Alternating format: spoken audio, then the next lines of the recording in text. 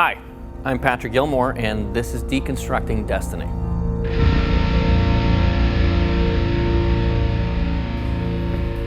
I'm here in the gate room, and we thought it'd be a cool idea to deconstruct Destiny a little bit, get a little more information from the powers that be as to how she works and some of the things that make her cool. I think a good place to start is how Destiny gets her power. This is what Destiny intended from the moment it entered the star system. Telling me you flew into the sun on purpose? Yes. Why? When Robert first pitched the idea of a ship that had been flying for thousands, if not hundreds of thousands of years, if not a million years, I'm the science guy between the two of us, and I was going, how does this happen? And so I came up with the image of Destiny diving into the sun. The whole idea that Destiny goes along, and as its power starts to become depleted, it finds a suitable star that it can regenerate, and as it dives into it, the collector is lower, and they literally are solar powered, as Rush says. In the early episodes, there was that jeopardy, how the heck does the Destiny power itself? But once it goes through the stars, you realize that it's been flying for tens of millions of years, so the ancients have planned for this. So it's not just coincidence that we actually happen to come on and the Destiny is about to run out of power after millions of years. Wow, what a great story if Destiny starts doing that, but we don't know that's what it's doing. You're telling me this ship... The ship is powered by the stars themselves. Solar powered, quite literally. There is no other explanation. Once we know that's going on, then from then on, we know that the ship behaves this way when it's low on power. Ultimately, I would say it opens more doors than it closes, because there's basically an infinite number of stars out there that they can choose from. You can always come up with reasons why it's difficult for them to get power. I think we've said that Destiny needs a specific type of star to power up. In the second season, they encounter an enemy that learns about what type of stars they use to recharge and uses that as a tactic against them, that knowledge. When you create the rules of a television show, like in a science fiction show especially, you are definitely putting limitations on what your storytelling can be. But those limitations become sources of story. The rules of how a Stargate works have always been a great source of story. The rules of how Destiny gets its power has spawned several stories. In the episode Earth, early in season 1, well, wait a minute, why don't we dial while we're in the star? Because Destiny herself does not have enough power anymore, because like a NiCad battery, it can't recharge to full anymore. It doesn't have enough power to dial back to Earth. Well, maybe in the star it does. And so we had a whole potential story in Earth, which I revisited in season 2 in an episode called Twin Destinies. Eli thinks he's finally figured it out and created a whole bunch of story for us. And so rules and limitations create story. There's also power on within the ship too. We came aboard with all these radios and flashlights and all these things that are going to go out at a certain point. So we needed to address that, and that's what Brad put in that episode as well, the recharging plate, which I thought was a great idea too. That's pretty cool.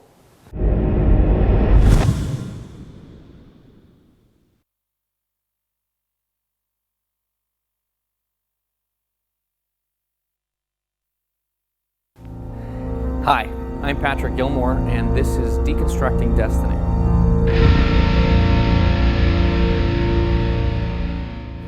What would a spacecraft be without weapons? And this couldn't ring more true for Destiny. Destiny has double-barrel turrets all along the hull, numbering in the dozens, and they're able to fire rapidly and track fast-moving targets, which is never a bad thing when you're locked in a space battle. Now, on the underside of the hull is Destiny's main weapon, and when you need a little more punch, that may just be the ticket. I'm also a weapons expert. That's a true story. We knew that Destiny would have to have some kind of weapon system. For a long period of time, the ship is traveling through space unmanned, so it would need to be outfitted with some kind of weapon system. The ship managed very well without us for a million years or so, and that's because it was able to defend itself just long enough before it could jump back into FTL. We always conceived of a bank of smaller weapons, like anti-aircraft type weapons that would attack any smaller ships that were coming in, doing kind of flyby type attacks on the Destiny, because Destiny is a pretty big ship. When we started with the original shape and then scaled it to the size Destiny needed to be, the surface had these large flat surfaces, and Robert and I both wanted the surface to be very rich with GAC, with antennae and turrets and That's really what the Destiny's weapons are modeled after, the turrets of a B-29 bomber. And then there's Destiny's main weapon, which we've always just called the main weapon. We didn't give it any kind of fancy name. We were always, what should we call it? What should we call it? There was the main weapon and the forward weapon, but then we didn't want to call it the forward weapon because some of the small weapons are at the forward sections and they would be the forward weapons. So, and I think we finally settled on gun batteries and the main weapon. It is a larger version of the other weapon that just fires a big honking blast of energy in any direction we want. And it's the one that lowers, and that's the one that does the big damage when we really need to fire at huge ships or huge objects. Fire!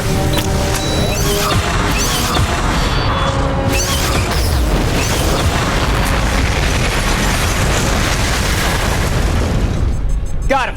So it's a pretty simple concept. It's kind of like a battleship or something like that, where you've got the big gun, although battleships have multiple turrets, but you have the big gun and then you have the smaller guns that would attack the airplanes that are coming in, because you're not going to aim your big giant gun at a small squadron of planes that are flying around and zipping in and out as they attack you. So we wanted to have that double capability of shooting smaller, more maneuverable targets with smaller guns, and then having a big weapon to hit something big, another big ship that's comparable in size to the Destiny. And one of the interesting things about, as we get into season 2, is the fact that we're beginning to discover more about the ship. We're beginning to discover not only rooms, I think, when we discovered the bridge very early on. We have tried to make sure that we continue to discover new compartments on the Destiny all the way through both seasons. Could we find a compartment that has a giant thing in it that we can launch that becomes its own weapon? But something that's tied into the main systems, I think we've discovered those weapons.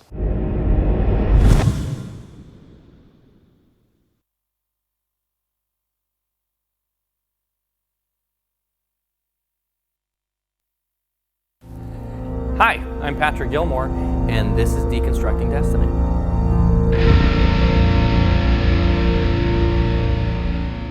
We've all heard the term, the best offense is a good defense. Well, this is also true in the case of Destiny. Without the energy shields, the crew might not have time to get off a shot in the first place, but defending from enemy fire pales in comparison to the job of defending Destiny from millions of years of deep space travel. It's pretty easy to understand that without those shields, Destiny would never have made it this far. Yes! What are we so happy about? We're gonna live, Eli. What about the turbulence and the heat and the death? No, all of that would have happened by now. The shield is protecting us. But you said we were out of power. I was absolutely certain of that. And I've never been more pleased to be wrong in all my life. Well, it's tricky. The shield is the one area that's tricky. Yes, Destiny has shields that protect it as it's traveling through space from all kinds of space debris and possible alien attacks and whatever. Those shields during alien attacks need to be diminished so that we can do shields to 20%, we need to jump. But yet at the same time, these are shields strong enough to protect us while we're diving into a star. That is extremely powerful. Gravitational forces, heat, radiation, these things are going on in a star that make those shields incredibly powerful. But that's what the shields are best at. It's already demonstrated that it is not all powerful. There's holes all through the damn thing. The shields are not perfect. It feels as though every shield we've used over the course of this franchise has been different. The ship is generally shielded by almost like a cocoon-like energy field. A lot of times we do shields that are like bubbles. So the ship is inside a bubble that's away from the actual hull of the ship. In the case of the Destiny, we decided to make it essentially form-fitting. I think visually it's better when you're doing a visual effect to have the shield be right on the ship as opposed to a bubble, because it's much more believable that an energy-based impact on a shield that's right on the skin could necessarily not penetrate the shield but could still do damage, because there's an electric effect that kind of spreads out. And we've also said that it's sectional, so that the shield can be on in one section and off in another section. It's sort of like a patchwork. What we posit is that the shields, rather than just being a general, a single energy frequency cocooning the ship, is a constantly shifting pattern of different sort of energy signatures. What makes the shield vulnerable is when they are taxed, either be it from pulsar radiation or blast from alien weapons. They are weaker at other aspects of the electromagnetic spectrum. So while we can dive into a star and recharge, if we're under attack, even though they're incredibly powerful, they will lose strength eventually. If you know specifically what the energy signature of the attack is, you will be able to calibrate the shields to match that particular frequencies. I think they liken it to playing rock, paper, scissors. The energy signature of the weapons is a fairly limited range. We can target specifically for it. We just need to override Destiny's normal randomized shield pattern. And paper covers rock every time. The problem is that if something goes wrong and you're expecting scissors and you throw a rock and they come at you with paper, then you're screwed. What's going on? All of a sudden, their shots are getting through. That's no weapons fire.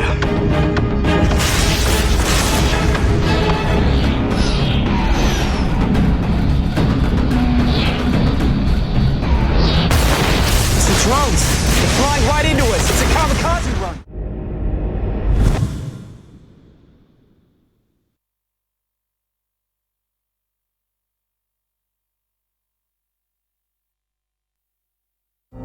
Hi, I'm Patrick Gilmore, and this is Deconstructing Destiny.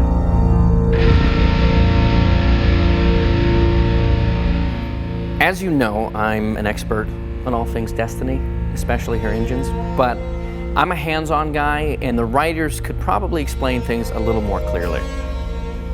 You know, not better, just, I think, clearer. Launched hundreds of thousands of years ago. Faster than light. Yet not through hyperspace. Who knows how far it's traveled? Well, it's the eternal struggle of a science fiction writer is the detail of the science. Brad and Paul Mully are very good at making sure that at least it's possible. Under the current understanding of physics, nothing can go faster than the speed of light, because at that point it requires infinite energy and the ship reaches infinite mass, which is, bad. An FTL drive just means a machine that can make a ship break the laws of physics and go faster than light. And it's been around in science fiction as that acronym for years and years and years and years. When the ancients designed the ship, they were FTL capable, but they didn't have the type of hyperdrive engines that we see later in contemporary ships. In SG-1 and Atlantis, the faster than light travel is done through hyperspace, which is a whole different way of traveling. Brad and Rob wanted to create an environment that was not as easy as it was for the ancients down the line. It's sort of the faster than light 1.0 to hyperspace is 2.0, It's not quite as fast as hyperspace. It's not quite as efficient. This ship was supposed to be older than all the other ships that we've ever encountered. So there had to be reasons why this was not the state of the art now. It takes a considerable period of time to start up, and once engaged, it has to be engaged for a certain amount of time as well. You can't take a short jump. The first season, when we had no control of the ship, we just had to go along for the ride. There was the countdown clock telling us 10 hours or 6 hours or however many hours we had before we jumped back into FTL. Once we got control of the ship, there have been several instances where it would be really nice. We drop out of FTL, we're attacked by an alien race, we need to jump back into FTL. Well, we can't, because we have to wait a certain amount of time before we can do that. That just makes for heightened jeopardy, better storytelling, I think. Does this mean you fix the ship? They wanted to create a whole different look for it, too. I remember when we were first starting off, sitting down with Mark Sabella and saying, this can't look like the hyperspace of SG-1 and Atlantis. It has to look different. Whereas the hyperspace in those shows was this kind of tunnel, psychedelic tunnel that you were traveling down. Hyperspace was kind of cool, but we didn't want to show Destiny sailing through hyperspace. It's kind of unattractive. I wanted there to be a sense of a ship at sea, a sense of color and the bow wave that drifts across Destiny and is created in the faster than light effect. This was more like just plowing through water. You see stars streaking by, but you also just sort of see this FTL wave going through and creating those those waves and the ripples, which I thought was pretty cool.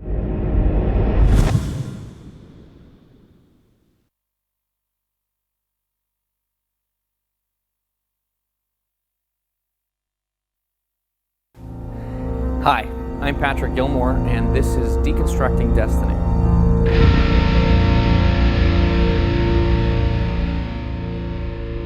Although Destiny is a futuristic spaceship to most, it predates anything the Stargate program has ever come across. And that goes for all her technology. Destiny's interface chair is an example of that technology. Technology that the crew may have wanted to understand a little bit before they dove right in. The neural interface chair is the precursor to the neural interface device that O'Neill discovers in SG-1, the face hugger. This is like the very crude version of it that you sit in and it activates and this thing comes down and these bolts don't go into your head but press against your head, and there's a neural interface, a connection. So this is a prototype, essentially, of a machine that is capable of allowing you to connect mentally with the systems aboard the ship and to access the database aboard the ship. But it's a dangerous tool. We wanted to know what the Destiny knew, and we knew that that was going to be a lot of information, and well, here's a device that potentially can give it to you, but it's going to give it to you so fast and so hard and so much that it's probably going to kill you in the process, because that's what it did, or almost did, to O'Neill, which made it interesting, right? It's like, oh, here's everything we want. This is everything we've been looking for the last, however many episodes when we finally found that chair. But we can't have it because it'll probably kill us. One of the things we're establishing about the ship is that there is a certain neural link between the ship and our crew. The ship has been learning about our crew from the moment we came aboard it. The discovery of the chair and each person that ends up sitting in it, the ship is learning more and more and more. The ship has an ability to cause us to see things, to communicate with us in a practical way. The ship needs to have its mission fulfilled. And so it needs to have the crew operating at its peak performance. And so if there's something wrong with the captain, then the ship will do what it needs to do to rectify that. Okay, so you're telling me the ship is affecting the Colonel's dreams? It's the only explanation. It's not impossible. Brainwaves are just electrical impulses, so theoretically they could be manipulated if you knew how. If the chief medical officer is going through a very emotional time that could be trouble, it's going to step in and help her to get her back on track. And why this wasn't happening right from the start is because the ship was gradually learning who was who, how the ship was being run. Especially now that we've gotten the master code, it's learned much more. Something about this program's overriding normal operations. Which leaves only one question. Why? These things that we dream about or write about in our shows are things that some smart people on Earth are thinking about right now.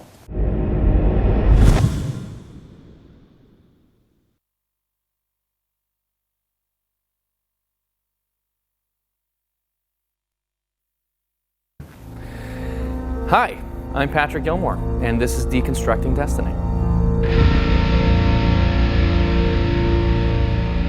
Stargate has a way of never letting its fans forget that there is a long and storied history to the franchise. Sometimes an old member of the team drops by to keep the new guys honest, or sometimes it's a piece of technology that reminds us of how the franchise is interconnected. The communication stones. They're a perfect example of that. And on Stargate Universe, they offer an important link from the halls of Destiny to the happenings back on Earth. I could be using the stones right now. This might not even be me, you don't know. In this case, are 5 ancient communication stones. They work over vast distances in real time. You could talk to people on Earth. Yes.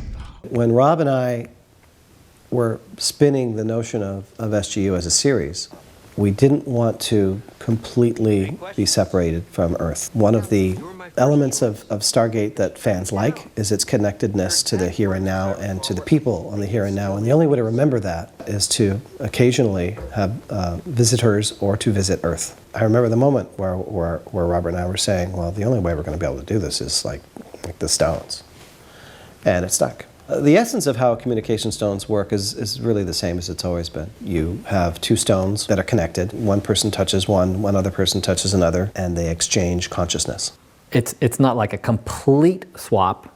It's your consciousness has been suppressed by the other person's consciousness coming in while the same is going on the other end.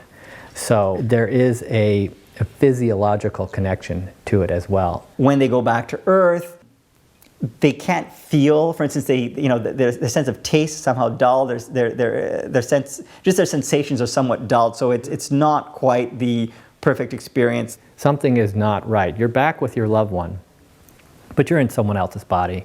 and nothing seems to, even the connections you make, you hug someone, it's just not quite right. There's also a kind of poignancy to that too, because you're there, but you're not really there. So you get to be there, but how separated you are is also brought home to you at the same time. When someone uses the communication stones, we have to be able to show that. When Eli goes back to visit his mom, she's not seeing Eli, she's seeing a soldier. To do the transition, to show who is there, we do it either, you can see the real person in either a direct point of view or in a reflection. That is a visual conceit that we do. We have to do it at least once an episode that we do the stones, quite often more than that. So there are times that you figure, well, we need more reminders, and then other times that you don't need it as much. You know, sometimes with the stones, it's easy to forget you're in another person's body.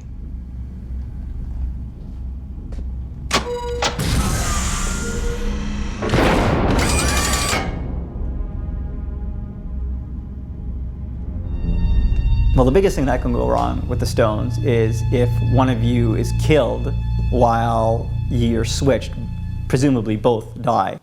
Or do they? Well, actually, we find out later on that they're only mostly dead. Well, that's been debated back and forth. I mean, we talked about that since the stones were introduced, what would happen if somebody died. I always kind of thought that they would, but we never really specifically said that that would be the case until season 2 of Universe, where we actually see it happen.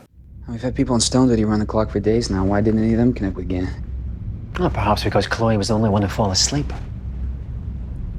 Her consciousness relaxed just enough to allow an opening for a connection. Well, I don't know, Colonel. It's just conjecture at this point.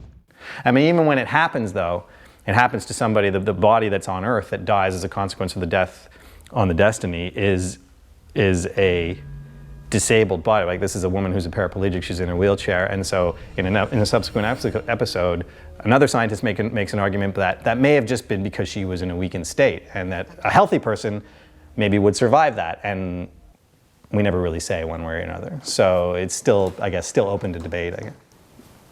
I hope that made things a little clearer for you, because it did for me.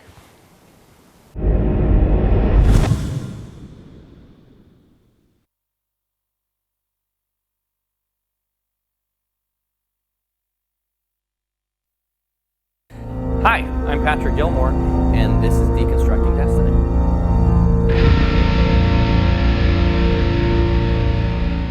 When you think sci-fi icon, a ship's bridge might be the first thing that comes to mind. And in season 2, Destiny opens up a little more for the crew with the discovery of her bridge. And it's a truly iconic looking bridge at that.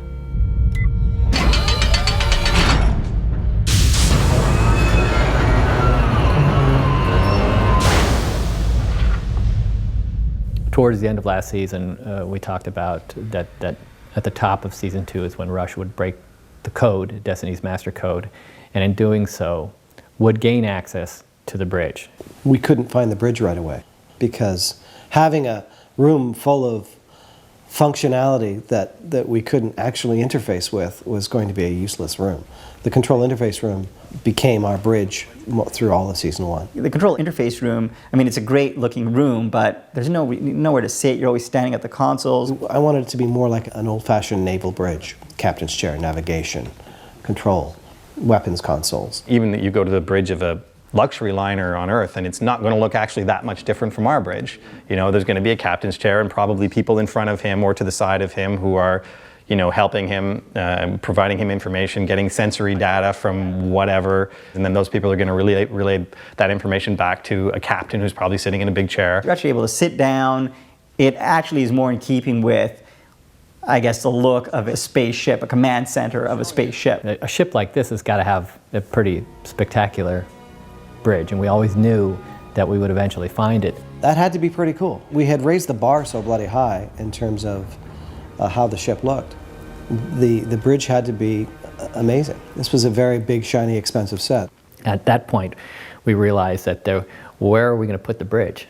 Where is the bridge? Because we also had all these establishing shots of Destiny traveling through FTL, Destiny, and regular space. Because we hadn't revealed the bridge before, it kind of had to appear out of nowhere, on the outside of the ship. And so it literally did that. It literally rose up from the top of the tower because it had been hidden all that time.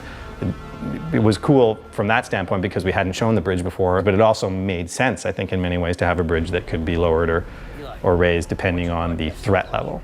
And then in battle situations, it can go down for a protective measure, which I thought was a stroke of genius. We can see out the windows when we want to see out the windows, when there's a nice cool nebula or something that the characters want to look out and see, because there's no replacement for that. But in a combat situation, okay, that window is probably a particularly vulnerable spot right on the ship. It's the nerve center. It's the central nerve center of Destiny. Now that we have the bridge, we can control the shields, we can fight battles.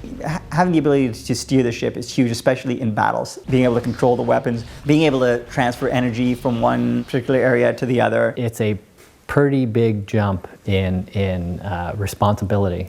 What they could only before observe in the control interface room, they now have the buttons to actually push to drop the ship out of FTL. So basically they're able to steer, they're able to, at one point, actually even go off the course laid out for them by the seed ship. And of course that leads to all sorts of trouble. And you realize you don't want to leave the path. They have absolutely no choice but to try to fly this thing. And they're going to make some mistakes. You thought this was going to be easier, didn't you? Thought all you'd need to do is turn the key. Until I can be sure I know how to use each function. Wouldn't want to stop accidentally in range of another binary pulsar, would I? Good plan.